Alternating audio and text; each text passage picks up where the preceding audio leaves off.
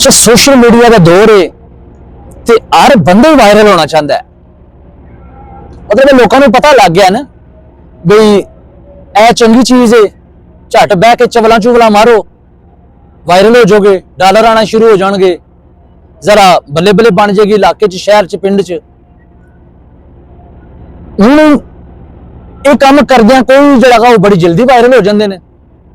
कई बेचारे साल साल लगे रहते हैं, उन्होंने कोई पुछता भी नहीं, बल्कि उन्होंने तो कोई थुकता भी नहीं। हुण जिहड़े वायरल हो रहे हैं वो कोई जरूरी नहीं कि वो बड़े काबिल ने या उन्होंने अंदर कोई बड़ी खास खूबी है या कोई बड़े टैलेंटेड ने, नहीं। मुमकिन है उन्होंने कोई चंगी तगड़ी चवल मार छड़ी वे, उन्होंने कोई बड़ी तगड़ी खच मार छड़ी वे, उन्होंने कोई पुठी गिनती सुनानी शुरू कर छड़ी वे, या वो अद्धे नंगे जड़ा कन फिर रहे होण। वेख लो सोशल मीडिया ते सानू अपनियां धीआं भैणां मावां मतलब है कि ऐसी सी बेहयाई मिलती है कि शैतान भी पनाह मंगदा गा। उन्हें सारी सूरत हाल वेख के जेडे लोग नौजवान बच्चे ने बच्चियां ने मतलब ये सारी सूरत हाल वेखते हैं, यार फलां ते बड़ियां चवला मार रहा तो वायरल हो गया, मैं नहीं वायरल हो रहा। वो क्या करता है, तंग पै के मायूस होके वो भी चवला मारनी शुरू कर छड़दा है, वो भी खचा मारनी शुरू कर छड़दा गा। क्योंकि माशरे नूं चाहिदा है कुछ ना, माशरे नूं कम दी गल चंगी गल नाल गर्ज ही कोई नहीं। माशरा जिहड़ा सौदा पसंद करता है, लोग जिहड़े चंगे भी हुंदे ने, टैलेंटेड भी हुंदे ने, वो भी जिहड़ा गा वो सौदा वेचदे ने जिहड़ा लोग पसंद करते हैं। लेकिन तुसीं करना क्या हैगा, मेरी वीडियो बनाने का मकसद क्या है, मेरी गुजारिश सिर्फ इतनी है कि क्वांटिटी ते कंप्रोमाइज कर लेना है, लेकिन क्वालिटी ते कदे कंप्रोमाइज नहीं करना।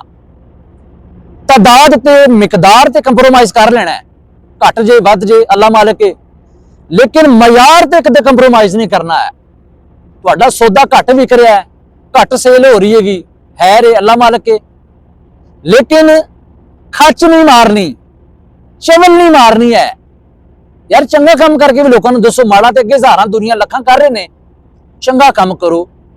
तुसीं अगर सोशल मीडिया टूल तुहाडे हत्थ चढ़ गया गा, इहदे चंगी गल करो, चंगी बात करो। ए बड़ी महदूद जी जिंदगी है, पता नहीं कदों साडा बुलावा आ जाना है। लेकिन अगर असीं चंगे असरात पिछे छड्ड के जाएंगे, चंगा सौदा पिछे छड्ड के जाएंगे ना, वो सानू अगे भी काम आवेगा ते दुनिया ते भी लोग चंगे लफ्ज़ां नाल याद करनगे। लेकिन अगर असी खच्चां दी और चवलों की पनीरी ला के जा रहे हैं तो याद रखियो, सिर्फ तुहाडी जात नूं मुतासर नहीं कर रही, बल्कि वो खच्चां ते और चवलां पूरे माशरे नूं, पूरी सोसाइटी नूं मुतासर कर रही ने। और ओदी तुहानूं पुछ होनी हैगी इस दुनिया ते भी और इस दुनिया तो जान तो बाद भी। इस गल्ले मेरी गुजारिश ये है कि यार कम दा सौदा वेचो, असली सौदा वेचो। एक रत्ती पानी नहीं विच होना चाहिए, मिलावट नहीं होनी चाहिए है। वो सारी दुनिया फेसबुक तो थोड़ा कमा के खा रही है, वो सारी दुनिया टिकटॉक तो थोड़ा कमा के खाती है पी, यूट्यूब तो थोड़ा कमा के खाती है पी। यार सौदा मयारी बेचो, गाहक भावें थोड़े आवन ते भावें बहुते आवन। ए मेरी तुहाडे अगे गुजारिश है।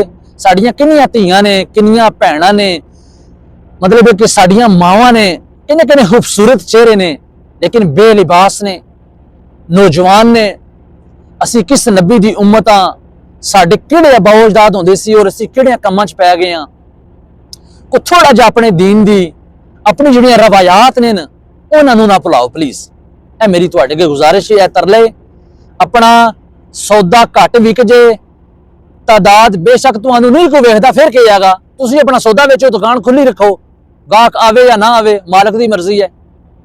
लेकिन एक गल मेरी याद रखो, जो लोग मायूस हो रहे हैं, तुसीं हालत सौदा बेचो। मैं तुहानूं गारंटी नाल कहना, एक दिन इंशाअल्लाह तुहाडा जिहड़ा सौदा है ब्रांड बनेगा।